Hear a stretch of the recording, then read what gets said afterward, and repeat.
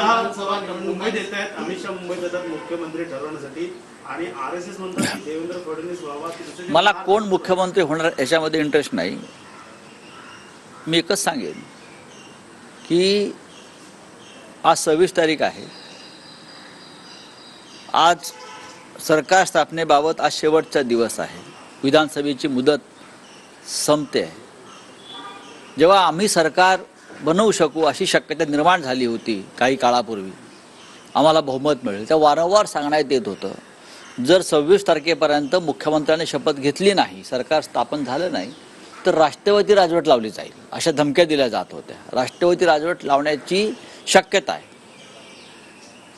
कारण आम्हाला सरकार बनवण्यासाठी 3 दिवसाचा कालखंड होता। पण आता हेच लोक बोलायला लागले घटनेमध्ये अशी तरतूद नाही, लांबलं तरी चालतं सरकार बनवण्याचं। मी पुन्हा तेच आहे की कायद्याचं राज्य प्रस्थापित करण्यासाठी जे संविधान निर्माण झालं, ते कायद्याचं राज्य जे आहे ते त्यांच्यासाठी वेगळा नियम, आमच्यासाठी वेगळा नियम आहे। आज संध्याकाळपर्यंत मुख्यमंत्री मिळेल महाराष्ट्राला याची अपेक्षा आम्ही करतो, जनतेला अपेक्षा नाही। पण आम्हाला असं वाटतं राज्याला एक नेतृत्व मिळावं। ते कोण आहे हे शेवटी दिल्लीचे अमित शहा किंवा नरेंद्र मोदीच ठरवतील, हे काय इकडले आमदार ठरवणार नाहीत। भारतीय जनता पक्षाकडे स्वतःचं बहुमत आहे, भारतीय जनता पक्षाकडे स्वतःचं बहुमत आहे। त्याच्यामुळे मला असं वाटतं की भारतीय जनता पक्षाचा जो हक्क आहे सरकार स्थापनेचा तोच राहील असं मला वाटतं आहे। आता पुन्हा मुख्यमंत्री आणि उपमुख्यमंत्री महाराष्ट्र राज्याला मिळणार का? राज्यातच शर्यत लागली 2.5 वर्षाचा फॉर्म्युला, 2 वर्ष। हा 2.5 वर्षाचा फॉर्म्युला जेव्हा आम्ही सांगत होतो 2019 साली, बरं का, हा तेव्हा 2.5 वर्षाचा फॉर्म्युला त्यांना मान्य नव्हता। जर 2.5 वर्षाचा फॉर्म्युला तेव्हा मान्य केला असता तर अनेक पुढल्या घडामोडी टाळल्या असत्या।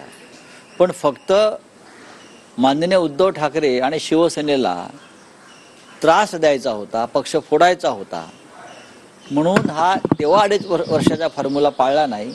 पण आता ते सर्व काही करायला तयार आहेत। याच्यात लक्षात घ्या की महाराष्ट्राविषयी, शिवसेनेविषयी किती द्वेष आहे।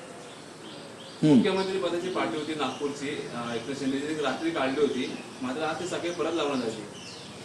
आता हा प्रशासकीय काम आहे। अजूनही ते आज संध्याकाळपर्यंत मुख्यमंत्री आहेत असं मी मानतो। जरी घटनाबाह्य असतील तरी ते मुख्यमंत्री आहेत। ते आता नव्याने निवडून आलेले आहेत, ते आणि त्यांचे लोक। आता जर ते मुख्यमंत्री झाले तर ते घटनेनुसार होतील, पण आतापर्यंत आज संध्याकाळपर्यंत ते घटनाबाह्य मुख्यमंत्रीच होते आणि आहेत। आता नवीन निवडणूक झालेली आहे, त्यानंतर जो मुख्यमंत्री महाराष्ट्राला लाभेल तो कोणी असेल तो लोकशाही आणि घटना यानुसार बसलेला असेल।